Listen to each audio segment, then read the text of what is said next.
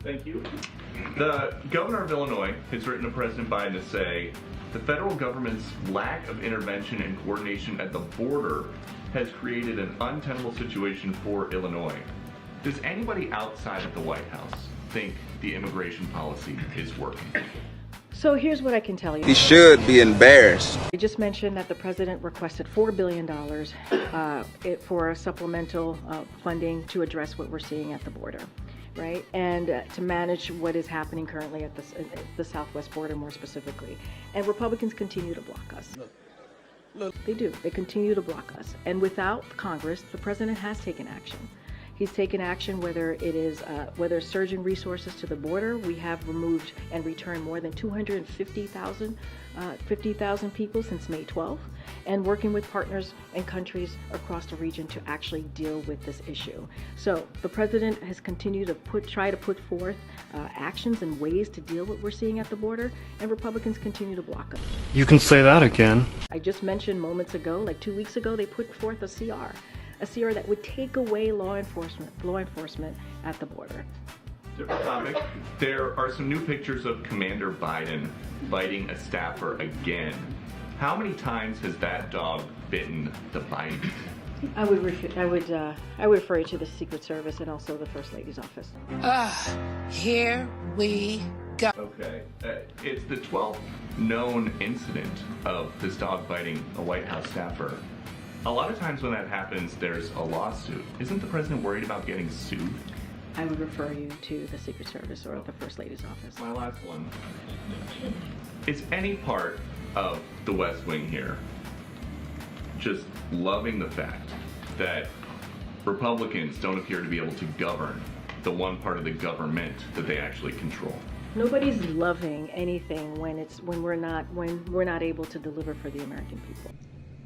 You sure about that? Nobody's loving that. When it is important for Congress to work, not for us, but on behalf of the American people. It is important to make sure that we meet the challenges of the American people. That's what's important.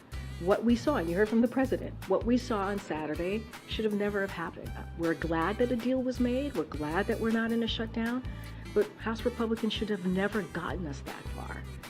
And so they are the majority in the House.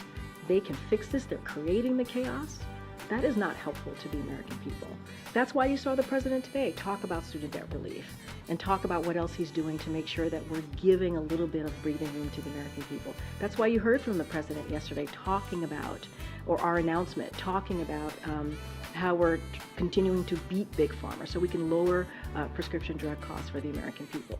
That's what the president cares about. That's what he wants to see. What can we continue to do to help Americans as they face really tough challenges? God have mercy upon us. So this is not, we're not loving it.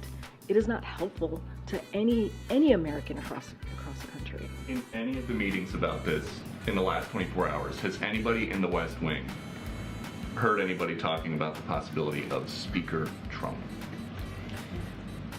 This is something for House Republicans to figure out.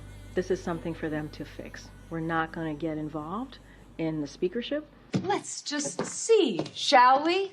We don't care who is in the race or who is out the race.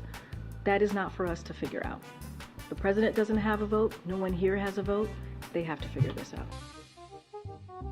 Peter. Karine, if the president's confident that the Congress is going to pass the necessary funds to continue providing aid to Ukraine, why is there the need to have discussions about an alternate vehicle to provide that funding? I'm not going to get beyond or go beyond what the president said. Damn! Beyond that's going behind. That's things that I'm gonna let the president speak to this. He said he's going to give a speech on Ukraine. I'm gonna let him speak to it. I'm confused because the president, we said here that the president was confident that the aid would continue, but today the president himself conceded he was worried about that. Can those two align? I think he's confident, and I just dealt with this. I'm happy to repeat myself.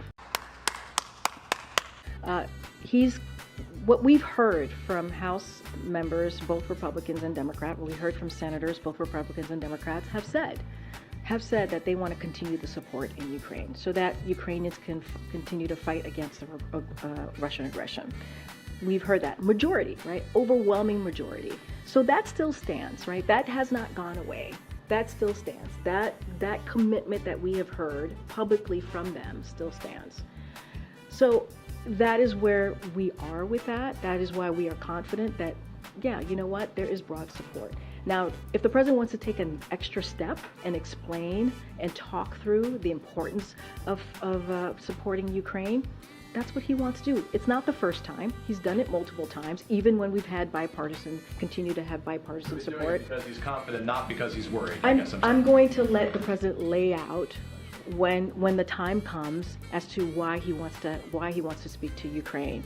What I can say is what we've heard from Congress, because it is up to Congress, right now, to move forward on how they're going to move forward in funding the support for the continued funding support for Ukraine.